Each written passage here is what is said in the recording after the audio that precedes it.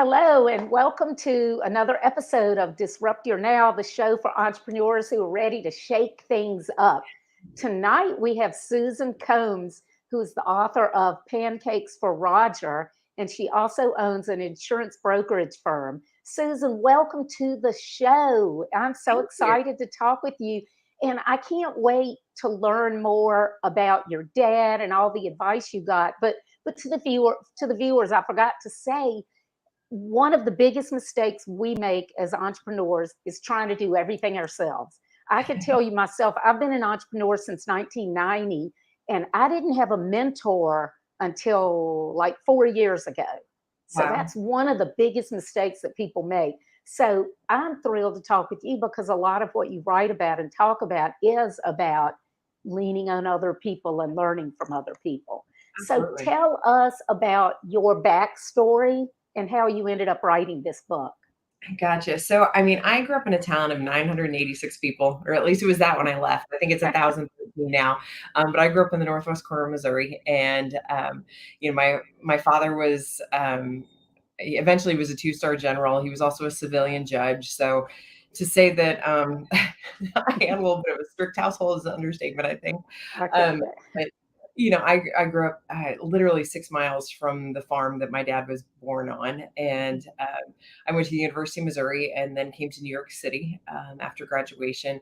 Came out here to be a banquet manager at the Marriott at the World Trade Center in 2001, and then a couple weeks before my job started, the Mm. university had other plans, and I was told, Susan, pick from Detroit or New Orleans. And I remember Oh, saying, well, my mother got a going away cake for me. It had pictures of New York City. It did not have pictures of Detroit or New Orleans, and they didn't really care. uh-huh. So I came out to New York anyway. I lived in there used to be a military hotel on Lexington Avenue that's is still called Soldiers, Sailors, and Airmen, but I don't know if they're really working it as a hostel or a hotel anymore. But came out here anyway, and then just kind of fell in love with the city, and went to work for a payroll company, and then ended up getting into insurance. Started my own firm.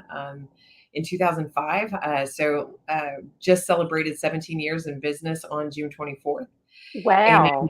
then I, decided to write a book about a year and a half ago. So one of the things that I've realized is as you mentioned about getting a mentor 4 years ago, I've had a lot of great mentors in my life. I mean, my dad was definitely my first mentor, and I've gotten a lot of great advice. And somebody always said, if you get some great advice, it's your duty to share it with other people. And Mhm. so that's kind of what I did. So when I speak publicly, I've always ended kind of with unsolicited advice and giving quotes from people that I've learned from. And so I always thought it'd be a cool concept to turn that into a book.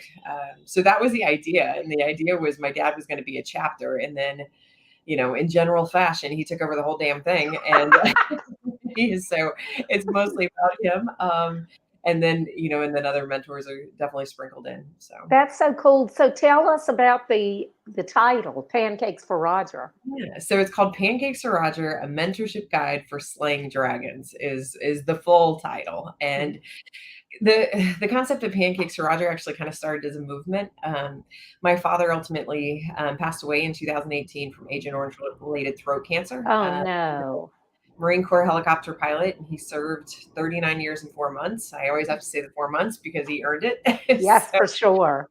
And towards the end of his life, he relapsed twice, Oh, and the last year of his life, he had a feeding tube, and he was on oxygen towards the end as well. And we kind of had a system down. I moved back to Missouri for the last few months of his life to help care for him. And mhm. one morning, we kind of had our system down, and one morning he beat me to the table. We usually did his tube feeding together, but he was setting the table, and I looked at Oh, him. I said, "Dad, what are you doing?" And he said, "Well, I want pancakes for breakfast." And it just broke my heart because, you know, I'm gonna cry. yeah. My audience knows I'm very emotional. Oh my gosh. And so I looked at him. I said, "Oh, Dad," I said, "There's nothing in this world that I want to give you more than pancakes." But I said, "We're on hospice. We have a DNR. You have a feeding tube." And I said, "If you choke, we're done here. And I just don't think we're quite ready to be done." Mm. And of course, he said, "Oh, yes, I can." He said, "Matt said I." And my brother is a nurse, and my brother wasn't there that morning, so I knew we were dealing with some confusion from his oxygen levels getting too low. So I looked at him, I said, let's see what I can do. And I took, the Pyrex, pour spout, the orange and clear one, and heated up his tube feeding formula as he always liked it. And I set it on the table, and he said, "What's that?" And I said, "Well, that's your syrup." And Oh, his oxygen levels kind of started rallying around. And he kind of understood what I say, and he said, "Okay." So a few weeks later, he passed away, and I came back to New York, and I took one day off work, and mm, my husband said, "Let's go to the diner and have some pancakes for your dad." And so that's where the first picture was taken. And I shared the story on social media and said, at the end of the day, it's all about the little things in life that end up making the biggest impact. And, something so simple to enjoy, like a stack of pancakes, we never know how much our life can change in the blink of an eye, and we can't enjoy those little things. So I yeah. said, if you're so inclined, go have some pancakes for Roger. And so that's how it Mm, started. And then it's turned into a movement. I do a lot of work with the University of Missouri Law School Veterans Clinic that mhm. provides free legal services for veterans and their families navigating the VA claims and appeals process and beyond, to be honest. And so what we started doing is in the month of February, my dad's birthday was February 22nd. In the month of February, for every pancake loving picture we get on social media with people using the hashtag pancakes to Roger, my company makes a donation to the Veterans Clinic in his honor. So Aw, started out small. I mean, the first few times we just got just I think we got a few hundred pictures because we kind of threw it together last minute. And then this last year, we hit 18 countries, all 50 states. I mean, and it's really just kind of exploded. And then the book came out on his birthday this year, which was 2/22/22, which was kind of aw. so. That's such an awesome story, and I can't help but cry. I just get so emotional. And I cared for my mother and my father-in-law So um, with Alzheimer's. I cared for him for 8 years when we had our babies, and wow, then right when our kids left home, my mother was diagnosed, and then my husband and I cared for her for about 4. So yeah, um, it's it's rough. I mean, it's rough, but it's a blessing and an honor to be able to do that stuff for our family. absolutely. And I think a lot of people that haven't been there, we call it, like the club, Yeah, they don't realize. I mean, because I've gone on to become a hospice volunteer, and people think, "Oh God, that has to be so depressing." And I was like, it's a living tribute to my dad because that's hospice was so good to our family. And mhm, they support the whole family. And it's about giving people the respect and the love and the compassion that they deserve, especially when their clock's winding down. And yeah, and I had a friend, and he's actually, I put him in the book, because he gave me some advice. My father was diagnosed, in 2008, and I was stressed out because I had just started my company a couple years prior. I mean, I had, I think, one part-time employee, but I had some flexibility because I did set up my company to be remote from the very beginning because, mhm, yes, we have a beautiful office, but my feeling is as long as you have your computer and your phone, you should be able to work anywhere in the world. yep, So, I didn't realize how much of a blessing that would be in my life until later. And so by having that ability, I was able to go and show up and be there, for my dad when he was sick. But my friend Joey told me, he's like, "Susan," he said, "you'll never regret the time you spend." He said, yeah, "People always talk about, I wish I had more time with this person. I wish I had done this. I wish," but he said, "Nobody ever says, I wish I didn't spend that much time with that person before they kicked off." So, I mean, I took that to heart, and I really showed up, and I know I showed up. And so mhm, when my father passed, I mean, it's such a blessing to be able to say, I know I was a good daughter and I don't have any regrets because yeah, I showed up, and I know I was there, and I know I helped him, and he helped me. I mean, he helped mhm, me so much. And so I think that's important. And caregiving's hard. I mean, and so one of the things I always tell people is, like, you got to fill your cup up first. A lot of so times in the true. and so I was very diligent about always working out in the morning because I knew if everything went to hell for the day and I had to give everything away of myself, I at least had 1 hour for me at the Yeah, beginning of the day just to center myself and know that, okay, I could take anything on that came my way. yeah. Well, and the way I always look at it, it's not hard, it's not easy emotionally or physically, Mhm. but it's such an honor to be able to help usher somebody to their next stage. Yeah. Yeah. So, Well, and there's a book called Midwife of the Souls, and oh, it's a beautiful book. And I so I work a lot as an expert witness on medical malpractice claims. And so I work with a lot of medical professionals. And a nurse that I had worked with recommended that book for me because she had been a hospice nurse at one point in time. mhm, And I was so glad she told me about that book because it talks about kind of the stages of death and what the body goes through and what you need to look for to know when the person's time is kind of coming to an end. And yeah. so I literally finished reading that book when I was flying home when I just come back to New York the day before, and then I get a call from my brother saying it's getting close, you need to come back. And Wow. so I came back the next day and I finished that book, and then the next day he passed. So I was so fortunate to be there. My mom and my brother and my sister-in-law were there. And my mom and my brother and I just shared stories. I mean, we talked about our favorite vacations, and Mhm. um, hearing's the last thing that goes. And so I just read to him the day before he passed. I had a book that I put together for him for his 70th birthday, and I asked for stories, letters, and just notes and antidotes about my dad from all of his different circles. Because being in the military, being a judge, being a church board member, I mean, he just was very, in a lot of different things. So Uh-huh. I put together a book and I gave it to him on his birthday. And I remember when I gave it to him, he needed some time to reflect on it because the next day he said to me when he was and I were together, he said, "I don't think I reacted properly." And I said, "Well, what do you mean?" That sounds like such a military Yeah, man. and he said, "Well," he said, "You basically gave me a book and said, 'Here's your life.'" I mean, it was people that had went to the one-room schoolhouse with him. I mean, Oh, people that grew up wow. with him. I mean, family members, like, all over the place, and so the goal was to get 70 stories or notes or letters or what Uh, have you, and we got over 100. oh my And gosh. so his last day on this earth, I just read to him from that Aw. book, and it was just and we just laughed. I mean, and we reminisced, and just my family. And so I think that was such. I mean, it was a beautiful last day to give him a tribute like that, and That's it just awesome. yeah. How old was he when he passed away? He was 73, so he was Okay. young. I mean, He was young. yeah, I mean, I was still in my 30s, and I just, I didn't expect to ever lose my dad in my 30s. I mean, I know a lot of people have lost their parents at a much younger age, but Yeah. I wasn't ready yet for sure. So, but Yeah, I was, 34 when my father died of leukemia, but my husband is 75, and he was in Vietnam as well. Um, Luckily, hasn't had any health issues like your dad did, but he was flying, like, recon and stuff, you yeah. know?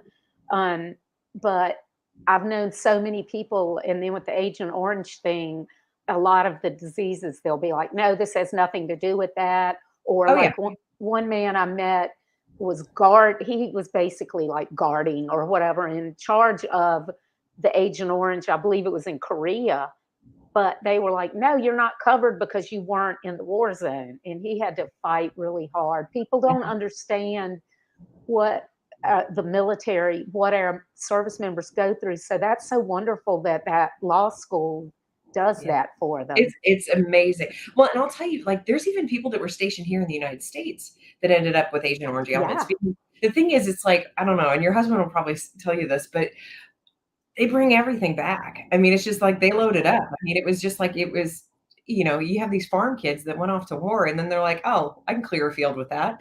So they bring yeah, it back home. And so you had these airline personnel and stuff like that were handling these canisters and they ended up with cancer. And they were yeah. even in country. Oh, So, I didn't think about that. it's crazy because it's horrible stuff. But, I think too that um, so on average, I mean, the VA website, they'll put it on here. On average, their claims take 7 years to process. And my dad's took 3 years, and we thought that was Mm, horrible. I mean, my dad was a mhm. general, he was a judge, like he was a lawyer, he knew how to write things, Right. to get it to kind of go through. And he would sit down with his doctors and he's like, this has to be written very specific. And I remember when I started working with the clinic, they were shocked that he got it done in 3 years. They were like, "That's incredible." But Wow. his claim was denied at first because he said, Agent Orange related throat cancer, or well, he had throat cancer. So they're like, throat cancer? Did you smoke and drink, sir? Well, of course, because everybody's smoke and drink. Yeah. And oh, well, then that's what caused it. So Uh, it's just like it took time. But yeah. then I remember he was treated at the Mayo Clinic for most of his treatment. And I remember the week that he had his surgery. And I mean, he looked like a mob hit. He was cut ear to ear. He had a trach. And we found out four other guys that were helicopter pilots with him all have the same kind of cancer. And you can't Uh, tell me that that's just a coincidence. that's So right. that's what really made him, because it wasn't so much about, I mean, my father was very smart financially, and he was very smart, with investing and doing, and very much setting things up so that, his family would be provided for. But he really pushed on this because he knew that there was going to be other guys coming down the pike. And so it was very important. I mean, just like I remember, I've had a lot of people that embrace me, like just surrogate fathers that have stepped in, whether they were military or with church or, with the Hmm. courthouse or what have you. And a general by the name of George White, that was a good friend of my father's, that he was also an attorney too. And we knew it was coming time. And he said, Susan, when your father passes, he said, you make sure to put on the death certificate, Agent Orange related throat cancer, because he said it needs to be documented, because Yeah. he said that's what makes a difference for the other guys that are coming down, the line Hmm. too. And it needs to be shown that way. And so, I mean, I would never known to do that if, Yeah. seriously, I remember the day he passed. I mean, it, you got to remember, like, I mean, I know I live in New York City, but I'm from such a small town. So everybody knows everybody. And so the Yep. county coroner, that's also the guy that runs a funeral home, was across the street. And, because my parents, the house I grew up in is across the street from a funeral home. And so, he came over to get my dad. And I remember saying, okay, now I'm not trying to tell you to do your job, but I'm going to tell you how to do your job here. And so my mom says, "If you met our daughter, the shy," so because I knew I had to get it right, Hmm. and so it's just, one of those things where it's like those little nuances that you just never think about. And thank God I had people in my life that told me how to do things the proper way, just to take full advantage of everything that the military has to offer, because he gave his life. That's right. And once more, that's an example of learning from other people and leaning on people and not being afraid to ask for help. Yeah.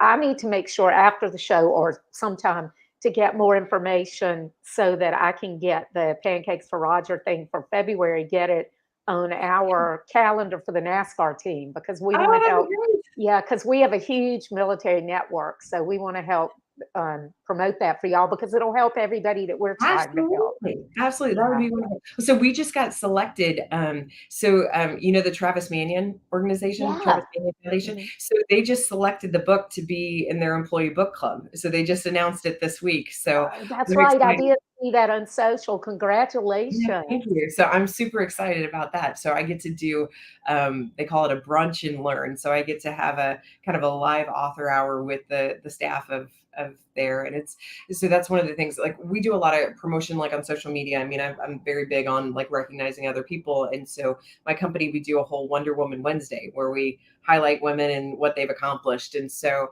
I've been talking to them because I said, you know what? I said, we need to be highlighting military women. There's a lot of incredible military Oh, women that have yeah. done a lot of great things.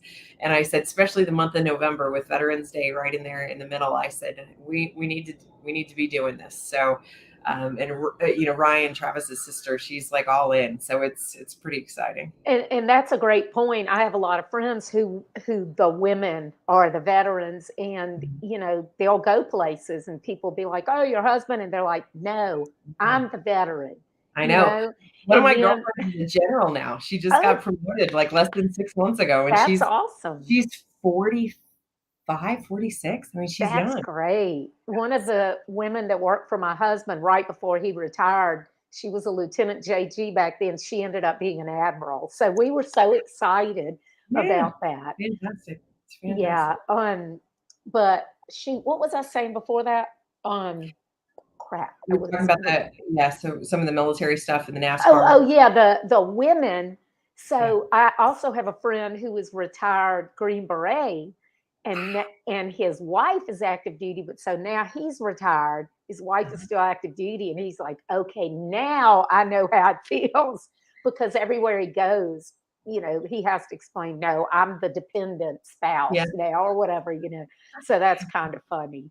Yeah. That's good. So the fact that first of all, the fact that you went through what you did with moving to New York for this job, and then 9/11 happens, and it's Mhm. like, I mean, Yeah. it's just there by the grace of God, you would Yeah. have been there, but also the fact that you were able to summon the strength or whatever to stay there, and you started your business so young. Tell us Yeah. about that. What spurred you to start your business? And okay, I was like 9/11 or the business. Which one do you? Or whichever one you want to talk about. Sorry. Yeah. No. Yeah. I mean, I started my business. I was 26, and I had been working for a large brokerage firm, and I remember, and I learned a lot from them. But I also learned what the difference between a draw and a salary are, and, Yeah. and how that wasn't so great. And I mean, literally, when I was working for them, I mean, I was making $24,000 a year in New York City. Ah, My rent was $1,200. I had a car. I had $150 train ticket. I had subway pass on top of that, cell phone bill, groceries, things like that. I mean, I literally was netting, I think, like 150 bucks a month. And then, then you find out you got to pay taxes on that money. And yeah. great, super. So I ended up becoming a personal trainer, Oh, so that I could just make ends meet and have some extra income coming in. And so, the CFO of the company presented me with a contract, and he said, "We're going to put you through a management training program. You can shadow all these different areas. It's a great, great opportunity." And but then I'm reading through the contract because my dad's an attorney. I'm gonna, I read the stuff mhm. before I sign it, and there was no money in it. And I remember looking at him and I said, "Well, so what is my salary going to be?" And he's like, "Well, you're just going to have to trust us." Oh, And yeah, right. well, trust doesn't pay the bills, buddy. So, and he said, "Well, then I think we're just done here." And so Wow. I had a mentor that I had sat down before because I kind of, when I got that contract and I didn't see money and I was like, "Oh, this might be the end of it." Like, Yeah. so I had a mentor, Jim Casares, that said, "Susan, you can do this. You can do this on your own. I'll help you. I'll help you with the back office servicing and everything." And he's just like, "We just have to get you appointed." And because one of the things that when I worked for this company, I owned my book business from day one. So when I walked out, I was able to assign the clients over to my new entity that I set up. And so I was making over twice as much money on Oh, day. wow. So it's just like, so I didn't have to get any loans. I didn't have to worry about that stuff. So it was just one of those things that my background's hospitality. And so I didn't know what I didn't know, but I knew how to treat people, and I Uh-huh. knew how to take care of people and treat insurance more as a service model. So I literally started it out of my apartment on 32nd Street, a little studio apartment. I got a freaking cat because I just was so depressed. I would have gotten a dog, but dogs weren't allowed in my building. But I needed something with a heartbeat to just speak to, because that's the thing that I didn't anticipate. I mean, I always tell people, like, I get a lot of people that ask me, like, "Susan, what did you not expect when you started the company?" And it was the loneliness factor. Yes. And like, people get it now with COVID and like working from home, for a couple of years and stuff. They understand that. But when you're starting out and you had gone from an office of a few hundred people and now it's just you, I mean, Yeah. it's you have to set up those kind of parameters and a schedule so that it makes you get out of the house, makes you show up, and it just gives you kind of some structure, because I typically thrive on structure. So, and then, I mean, it's been crazy for 17 years. I mean, but it's just, I think with the insurance industry, um, I've gotten a lot of great opportunities, but it's also been, I've been open to those opportunities. So I think sometimes we can get so like tunnel vision, or like also pigeonhole ourselves. Like, oh, I like, when I started out, I was doing health insurance, I was doing employee benefits, and that was it. Mhm. When I worked for DeWitt Stern, they were more of a property and casualty house, like commercial insurance, and so they required you to get that license. So then I got that license, and so then I started doing that stuff, and then and then just we do a lot of consulting now, and the Affordable Care Act came around, and that drastically changed insurance in a lot of different states. Not so much New York, because we were kind of Affordable Care Act before the Affordable Care Act, but Yeah. that changed things. So we started doing consulting on some individual stuff, and then I got into the expert witness world in 2015, and we just it's been great because I think I've stayed open, and I've been, when somebody comes to me with an opportunity, I'm like, like can we make this work? Is this going to be something that's sustainable? Is this going to be something that's going to serve our clients well? And am I going to enjoy it? Because Hmm. I think that's the thing. Because when I started in the expert witness stuff, I didn't realize how busy I was going to be on that. And I Uh-huh. ended up becoming very unhappy because I was chained to my desk all the time. So I wasn't seeing, Uh, I wasn't doing those things. But then I was like, you know what? Why can't I just make my calendar suit this? So then what I started doing is I have a 2 hour block every day of the week. So Monday through Friday, and that's classified as expert witness time. And I okay. stick to that. And so it's just like, so that's only 2 hours of my day. And the rest of the day I can go meet clients. I can talk to clients. I can, do some networking, things like that. So it's been something that's worked well for me. But I need that variety and I can't just do one thing. So I know That's myself. how I am. But I'm so glad that you brought that up because so many people, they get tunnel vision and they're like, this is what I'm doing. This is what I have to keep doing, like the Energizer Bunny. Or they look around at how everybody else is running their business and they think that's how I have to do it. So it's great that you recognized early on that this was a problem for you, but it was your business. So you could do it however you wanted and do the 2 hours a day. I mean, because you'd be surprised how many people work for themselves for decades and they just suffer through. They never go, wait a minute, this is my business and I can make it anything I want. Yeah. Well, and I have a lot of girlfriends too that so I have a girlfriend, Kieran, that she started her own company. Man, has it been like 2 years now? But she has I mean, she started it here in New York and she had a business partner in the Netherlands. And Oh, then now she's since moved to London. But they set up their company from day one to be a 4-day work week. uh huh. And so for them, I mean, over in Europe, you can kind of do more stuff like that. Yeah, true. What are you talking about? But it's just, but for her, she was like, that was something that was important to us that we work our butts off Monday through Thursday, and then we enjoy a 3-day weekend. And so since they set their company up that way from the very beginning, that's the culture. And so the clients understand that, the clients know that. And I think that's what it kind of comes down to is just kind of managing expectations. That's right. 'Cause I always tell people all the time, I was like, if you email a client at 8 o'clock at night, they're always going to expect you to email and respond at 8 o'clock at night. So you're doing it to yourself. But if you Yep. set the boundary and set that line that, okay, if they email you at 8 o'clock, doesn't mean you got to respond until the next morning Mhm. because you deserve to have a life. I mean, I always tell, the people that I work with, I was like, I don't expect people to work on the weekends. I don't expect people working at 9 o'clock at night. Are there times that we have to? Absolutely, because it's the exception, it's not the rule. And so I think that giving yourself permission to have a balanced life, to have a personal life, to have a social life, and not feel guilty about it, I think is tremendous. Yeah. And the boundaries, like you say, the boundaries are so important because if you don't set those, they just keep Regret moving, it. moving, moving. Yeah. So, Yeah. I love the expert witness thing, though. Even though you said it was stressful at first because it took a lot more time, it sounds so interesting, though.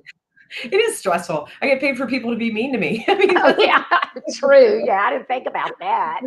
well, I mean, I and what I like about that, I mean, I grew up with a father as an attorney and a judge, and so Mhm. I've been around legal people for my entire life.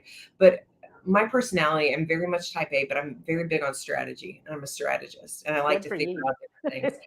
And so that's why I think I've done well on the expert witnessing because I'm coming to it from like looking at a perspective from outside the box. Yeah. So, there'll be some cases, and I do a lot of high profile cases, and there'll be things like, for example, there was a gentleman on a case I was working on that was living in a nursing home. And the only reason he was living in a nursing home is because he was basically homeless. Because after he got injured, his girlfriend and him split up and he had no place to go and he had no family. Mhm. And so the nursing home was basically $600,000 a year. And I said, does he need it? I was like, why don't you buy him an apartment and get him a home health aid? And they're like, oh my God, like what a concept. I was Yeah. pay for the apartment in 2 years of that facility. And, I was like, so that's the strategy that they tried to implement, or they offered it up and said, look, we're going to buy you something. It's an asset. So then it's just like, it's kind of nice that you have a home that you haven't had. And then, you get the companionship of a home health aide, but you don't need to be in a nursing home. Like, let's get Yeah. you, living a life. So it was kind of cool to just look at it from a different type of perspective and kind of bring a fresh pair of eyes and a different outlook on it for sure. That's a great example of bureaucracy and how people are like, this is how we do it. This is how we've always done it. This is the way it has to be done. Instead of taking a step back and going, wait a minute, this doesn't make sense. That's a really cool story. Yeah. Yeah, a lot of the stories I can't talk about. Oh, I'm sure. Yeah, I'm Yeah, sure. yeah, but that was a kind of a cool one because we did something a little bit different, and it was a nice thing to do for the guy too. So Yeah, that's really neat. So, the with the book, do you tour and speak for that with that or what? yeah, so I actually I got back Saturday morning from Napa. So I got back a few days ago from Napa. I was up there for a women's conference. I'm going to be down in I don't remember which one's first. I either go to well, it's like I go to Disney World and I go to Universal Studios. So I'm going to California on one, and I'm going down to Florida for the other. So I have some keynote speeches that I'm going to be giving there at some different conferences, and then, I have a couple others lined up. One in September in Jersey, and one in February in Miami, and and another. I'm actually speaking at a Memorial Day event next May.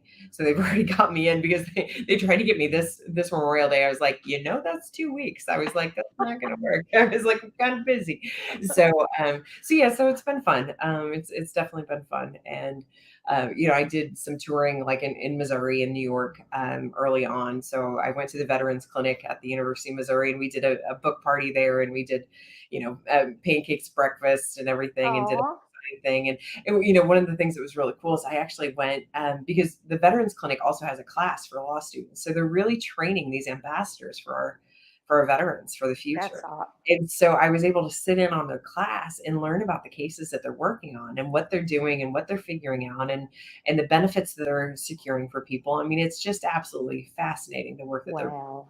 doing. And I mean, these are kids. I mean, Yeah. inspiring. They're so inspiring. And then one of the cool things that the Veterans Clinic has started doing is they've started partnering with med school students. Mhm. And so, because the med school students know how to read these medical records and decipher things, and it just makes it so much easier to get somebody kind of on board there. And there's been a couple of students that are both, like they were military physicians, and now they're going to law school. So it's very, Wow. very cool that they're getting some of the military personnel. And then my family, after my father passed away, we set up a scholarship because my dad went to the University of Missouri for law school, and we set up a scholarship for veterans that want to go to law school there. And That's awesome. because I remember him telling us that he told my brother, Matt and I, when he was registering for classes for law school, he had come back from Vietnam. He was a Marine Corps helicopter pilot. He had a crew cut. He used to wear a hairpiece when he would register for classes because back then people were not pro-military, Oh, especially. yeah. I remember. I'm Yeah, 61, so yeah. I'm old enough to remember what it was like. Yeah. So So, that's why, so we felt that it was important, he was able to go on, to law school on the GI Bill, of course. And a lot of these military personnel are too, but there's still expenses that things don't cover. oh And yeah. so it's great to be able to interface with those students too. So our first student that was awarded my dad's scholarship, Alex, he stayed in touch with my family. He writes us a letter every single semester telling us how Oh, he's doing, telling us what he's doing, that he got promoted to captain, and because he serves in the National Guard in Missouri, and so it's very cool. And he's got a job secured at a law firm. He just graduated in May, so I think his job's starting sometime this summer. So it's very cool to be able to kind of aw. keep connected to him That's too. great. Your dad is still helping veterans. Yeah. Oh yeah. I mean, It, it's just yeah. I think it's important. I think it's real important. So And it's so cool that the medical students and the legal students are partnering up, and that's another good lesson for entrepreneurs watching this. Look for people who have complementary strengths to absolutely, your weaknesses and who have knowledge that you don't, because you can do so much more together than you can by yourself. absolutely, absolutely. Yeah. Um, so the students there, so it's not, so y'all give the scholarship to veterans, but the students that who are working on these cases are everybody, right? Yeah, so I mean, the students that I mean, so they enroll in the Veterans Clinic, like they're part of the program and everything like that, and they take classes for Okay. it. And so it's a mixture. So you get some veterans that are going to law school, and so they're interested by it because it's a passion of theirs. And Yeah. then you have some students that maybe they grew up in a military family, maybe they're married to a veteran. Mhm. There's one student I met that her husband is a disabled veteran, and so that's Wow. why she wanted to get involved in the veterans clinic and go to law school. Mhm. So to work with other veterans that are just like him. So it's pretty That's incredible. really cool, and so important now. I mean, it's always important, but especially important now because people who are active duty have been deployed so many times. I mean, growing up, I felt like Vietnam was forever. It felt like those people were serving forever. My husband spent 3 years over there. And, I was just a little kid then. So I just remembered seeing it on the news. But now I know people who have literally deployed like 15 and 20 times to Yeah. war zones, not just to a different duty station. Yeah. Well, those guys, I mean, it's because I have several friends that were special forces or SEALs and stuff like that. Mhm. I think a lot of times when their deployments 15 times, it's because it's in their blood and they just need to Yeah. get out there. Yes, you are so right about that. I do. Most of the people that I know who have done so much like that are special forces, but I Yeah, do know other people, just regular yeah. military, who've Luck of the been draw, right? 4, 5, and 6 Yeah, times. it's crazy. Well, and that's why I think there's great military organizations. I mean, we spoke about the Travis Manion organization, the foundation. I mean, that help these guys and gals get reacclimated because Mhm. it's a different world. I mean, it's a different world. And it's just like, you get used to, how the military does things and everything. And then, especially if you get deployed and you're in country and, you know, then the people that you're serving with become your family. Yeah, And not all of your family makes it. So yeah, having those services available is just so crucial too. that's true. So back to the book, when you speak, is it all different types of audiences or what? Yeah, it's a little bit all over the place. I mean, since I'm in insurance, I'm pretty well known in that capacity. I was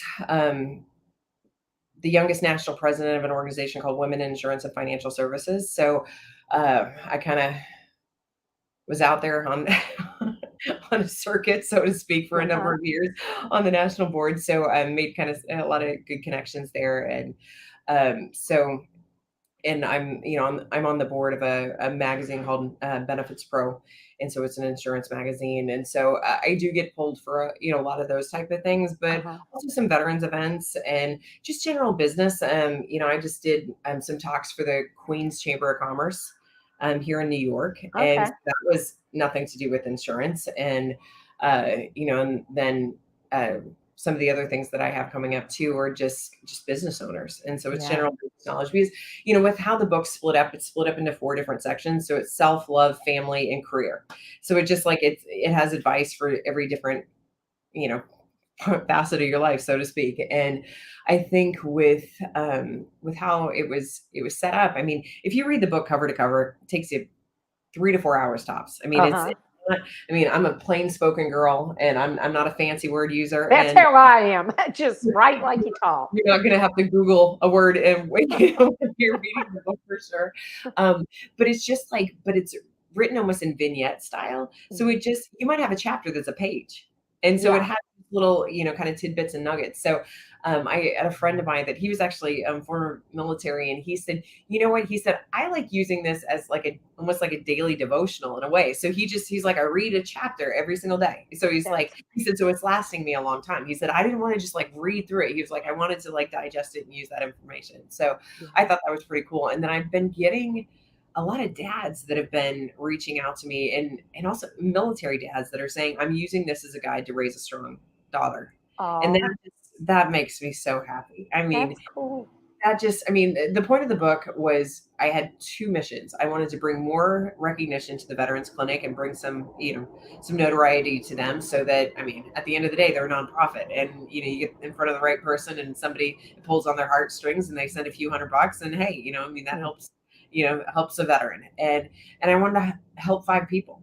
Mhm. So I was very practical about it. And my experience in Napa speaking, I mean, I've had so many women just from that a few days ago that are like, oh, I get so many nuggets, like when you spoke and different things. Because when I speak on it, usually I give the backstory of Pancakes to Roger and kind of how it came about, Mhm. and then kind of give a lesson from each section and kind of dive in a little bit deeper on the story and elaborate a little bit more. So Yeah.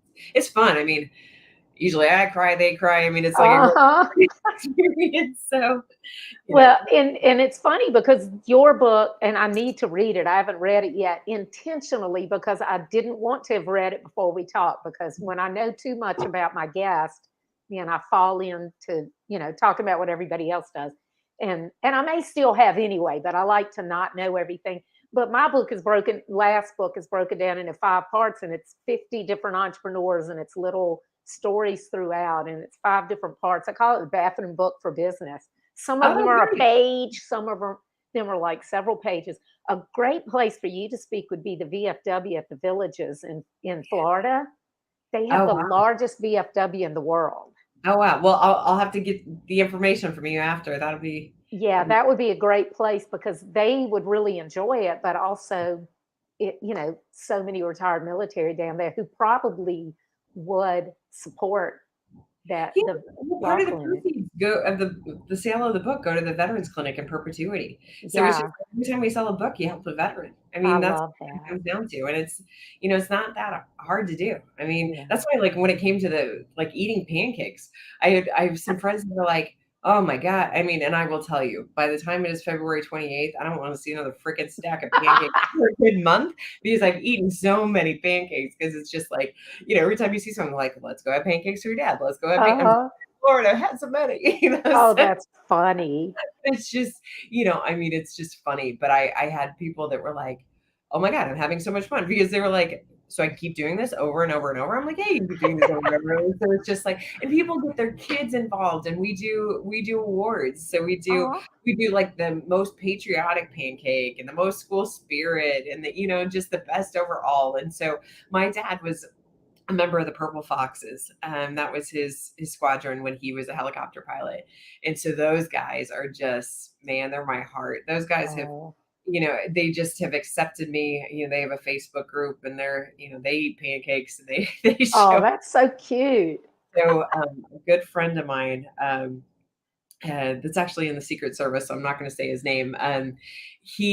He made a pancake that is in the shape of it was a purple fox pancake. So he dyed the batter and freehanded a purple fox pancake. And so that one a couple of years ago won best overall because it was like, come on, that was a lot of thought. And Oh, you that really sounds fun. I need to go. You have an Instagram. I know you have Facebook. You have an Instagram page Yeah, too. the Instagram is under the company, so it's at Combs and Company, is Okay. the Instagram. But yeah, I mean, the only thing I always tell people is like when they're doing their pancake pictures and using the hashtag, they have to make sure that it's a public post because Yeah. if I mean, you can't see it if it's not public. So a lot of times, you'll get people like, oh, especially when we're trying to get all 50 states. So we call out the states, like we'll get a whole bunch. Of course, we get Missouri and New York on day one. I mean, we just get Yeah. a ton of those.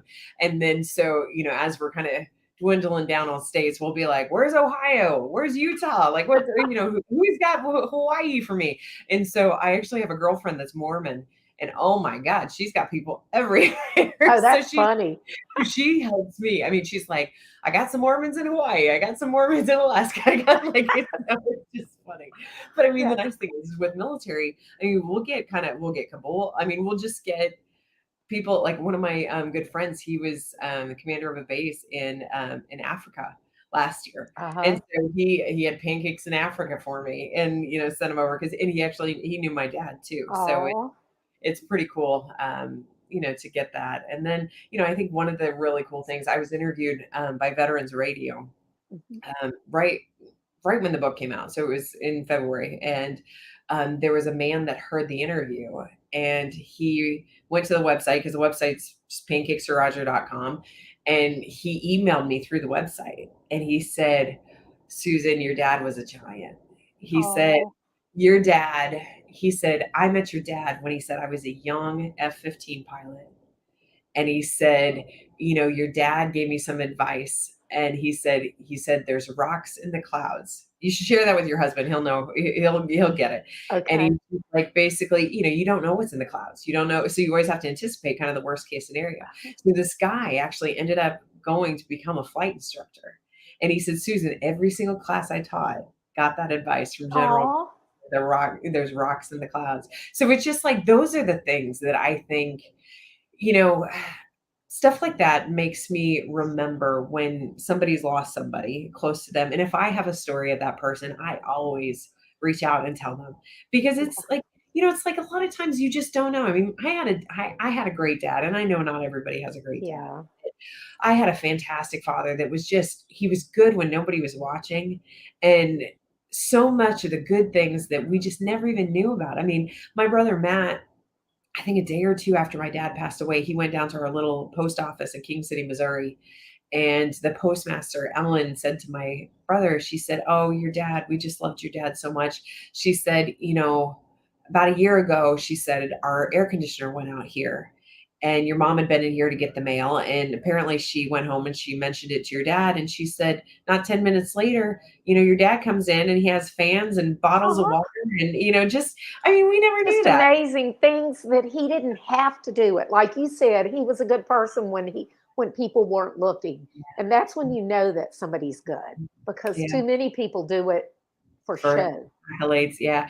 Well, and so I'm a gym rat. I mean, I go a lot, and I do CrossFit and I do strongman. And so when my dad was sick, that's the work I would do every morning, because my gym would post it.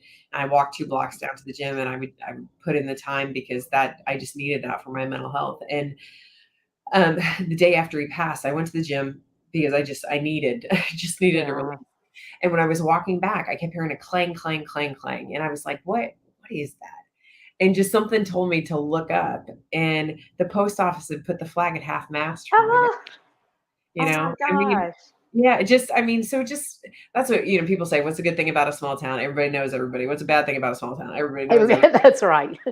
But I'll tell you, I mean, that community of King City, I mean, my brother Matt had cancer when we were kids, and that community just helped support our family, and me in particular, because my brother and my mom and my dad went to Memphis for his treatment, and I stayed behind. And so, there were people from that community that just always made sure that, hey, if I needed a place to go for dinner, I was always welcome. I mean, one of my mom's best friends, Lori, like, she came over and fixed my hair on picture day when I was like 10 years old, because Oh, my mom wasn't there for it. So, yeah. I mean, so that's the thing, that it's just, there's a lot of great people in this world. And, if you can just kind of help with that ripple effect, I think is pretty cool.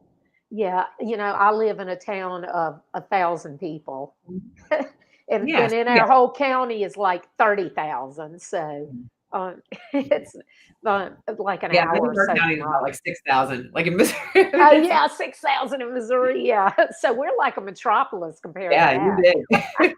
did.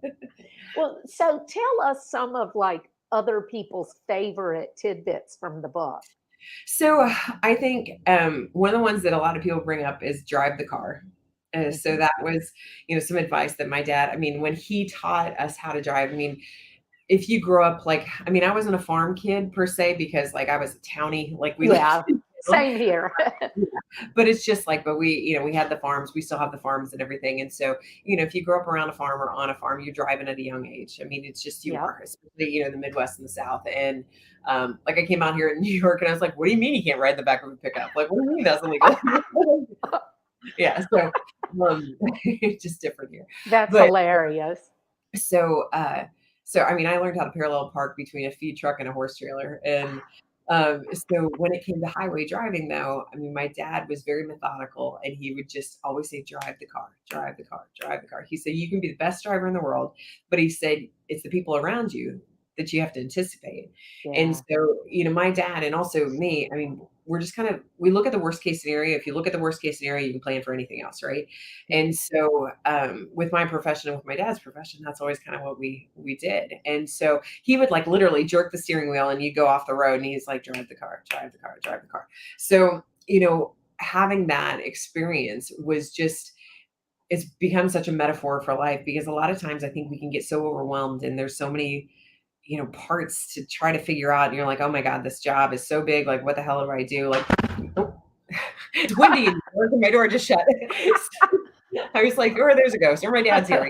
Yeah. That's Maybe Dad's funny. saying, don't tell that story. Hey, Don't. Roger. Hey. So, um, but so it's just like about breaking things into like bite-sized nuggets and Yeah. that you can deal with. So the drive the car is this, I have a lot of friends that are like, Susan, I just walked in the office and I was just like, just drive the car. I'm like, there you go. There you go. So that's one that I get a lot. I mean, there's things, I mean, and, I have advice from a lot of other people too. I mean, there's a woman named Dr. Ann Deaton that was a big mentor of mine, that her husband was the chancellor of the University of Missouri. And, she worked for the Missouri Extension Service for years and years. And I mean, she's got a PhD. I mean, she's highly regarded in her own life. And I remember when I was trying to make the decision if I was going to move through the chairs to be the national president of WIFS. And because for me, that was like really big. And I was also, I mean, I was, God, 35. I Yeah, mean, you were really young. I became the president, and and there was women that were old enough to be my mother, and I was like, okay, how do I lead these people? And Uh-huh. the thing she told me, she's like, Susan, at any point in your life, you have to have a stretch, something that's bigger than you, that Yeah. you feel like you can't achieve. Because if you don't have a stretch in your life, you cease to grow as a person. So that was like some great advice that I've always got. So anytime, like this book was a stretch for me. Uh-huh. I mean, it was big. I was like, "Ugh, I don't know. What are we doing here?" Yeah. I mean, I ugly cried every freaking week that we wrote. I mean, it just like it was very cathartic for me, but it was scary too. I mean, so that's a piece of advice that I've gotten. I mean, my dad also told me, and I get a lot of people that talk about this too, is he's like, there's three facets to your life. There's the place to live, the thing you do for a living, and the person you're with. And Uh-huh. he's like, if you're happy with 3 out of 3, he's like, you're living your golden life. He said, even if it's Wow. 2 out of 3, your life's pretty good. But if you're happy with one or none, he's like, only you have the power to change that. You got to get off your butt and do something about it. So I Yeah. don't even remember when the hell he taught me that. I mean, it could be, I mean, I came out to New York for spring break in, I think it was between like 2000, 2001. And so my dad and I always spent a lot of time together. So we came out here to New York. My mom said, take her to New York, make her hate it. You can't go. And so I graduated college. I will tell you, it was a very good job market. I mean, I had 8 job offers and I could decide where the heck I wanted to go. Wow. So we came out here to the East Coast, and I remember we stayed in the submarine base in Mystic, you know, Uh-huh.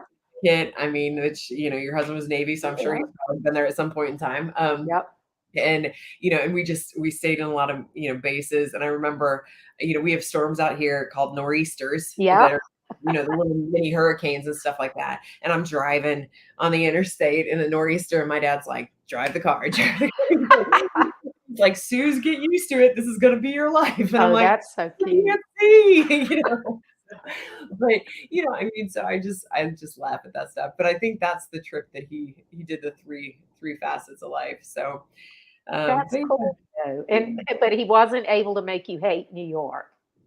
No, and he knew. And I will tell you, I mean, my parents, like, they showed us the world, and we were very fortunate that way. I mean, my mother was owned her own travel agency. She would do different trips. And my dad would, we went to Germany a lot as a family. And he would go with the military, and then he'd be like, okay, now we're going as a family, Uh-huh. and he'd take us to see all the cool stuff. And so he basically let us know that the world is bigger than your backyard. Yes. And if you want to go take it on, take it on. But if you ever want to come back to your backyard, there's nothing wrong with that. Mhm. And so I think that's, I came out to New York, and I've definitely made a life here. I went back to Kansas City, which is, about 90 miles from where I grew up. And I went out there for a job for about 6 months in 2003, because I wasn't happy here. Uh-huh. And I think if you're not from New York City, you will hate New York City at some point in time. Mhm. And all you need to do is take a vacation. And Don't then you love it because you miss all the action. Is that what it is? Yeah, but don't move your life like I did, and learn the second day that, oh shit, what did I do? And so I went back to Missouri. I lived on the Kansas side for about 6 months for a job, and I was Yeah. miserable, because it just wasn't a right fit for me. It just wasn't. Yeah. And nothing wrong with it, but it just wasn't, right for me anymore. And I remember my mother saying to me, like, after I moved back to New York and I was happy again, she said, "We rather have you far away and happy than close and miserable." And I think as a you probably hear the sirens. You can tell I Yeah. live, right? It's just like white noise. But I think that having parents that are okay with that, I think is pretty Yeah. cool. But I mean, and I live in Queens, the borough of Queens, and it's very neighborhoody. And I have a dog, and she has her surrogate grandparents that she Oh, walks around the block and says hi to and everything. And it's just we've definitely made a life here. I was heavily involved in the University of Missouri alumni here, uh-huh. and I served on their board for a number of years, and then eventually I've been on national boards for them more recently. But that was a way to make a community. I mean, when I moved out here, my dad said to me, he's like, find the alumni chapter. He was like, Yeah. you don't have to explain yourself. You know, you don't have to put on airs. Like, people know exactly where you're coming from and stuff like that. And there won't be sirens constantly. And I love that you said put on airs, because not many people, that's something that people tend to say from rural places. I don't hear many people from big cities say that. So Yeah. I don't know, maybe you do, but I love it. My father used to always say that, stop putting on airs, Yeah, well, yeah. Well, I think it's a Midwest and Southern thing, yeah, for Yep. sure. But I mean, it's just been something that I've definitely built a community here. And then, my CrossFit gym here is called Dutch Kills, and that's really been such a good community for my husband and I. I mean, that it kept me sane. It really did. Yeah. I mean, it's just like being able to put in the work on myself and just connect with other people, and just it's definitely a community. And so we're fiercely loyal to it, and it's nice to be. I mean, my husband and I are definitely the gym parents. Because half the people are less than half our age, but Yeah. I mean, it's great to just have, because I think that that's, even though I live in a city of what, like 8.5 million people, you can make a small town. Oh, yeah. You can just have your own community. But you have to find it and you have to work for it. So Yeah. Well, like I mentioned earlier, my cousin lives like right down at Times Square, and very few people like live I right would down never there. live in Times Square. I know. He loves it. It's I like know. he doesn't want to go anywhere. About, I don't know, 15 years ago, it's like he doesn't want to leave the city because he might miss something. And he's like a writer and producer and all this. And his wife finally talked him into going on a cruise. And the only reason he went is because he spoke on it. It was a rock and roll cruise. And he spoke to people who wanted to be writers. And so while he's on the cruise, he gets up to this avalanche of emails. And it's because a nonfiction book that he wrote back in the 90s that was totally out of print was on Real Housewives of New Jersey. He didn't even know it was going to be on there, and people were like flipping out. Everybody wanted the book, and they That's wanted him on the show. And he goes, "This is why I never leave." It's so funny. But you were talking about, them opening the world to y'all. That is so invaluable. And I mean, I had great experiences growing up, and I lived in a very rural community. We didn't travel far because my father was blind and we didn't have very much money. I literally never even flew until after I was out of college, and because we couldn't afford it. But in when we went on vacations, it was usually several states, and but so my kids, they grow up having Tom as their dad, who he got every out of country duty station he could, Japan, Bermuda, everywhere. He just loved to travel. And so they grew up kind of like by osmosis, knowing the world was their oyster.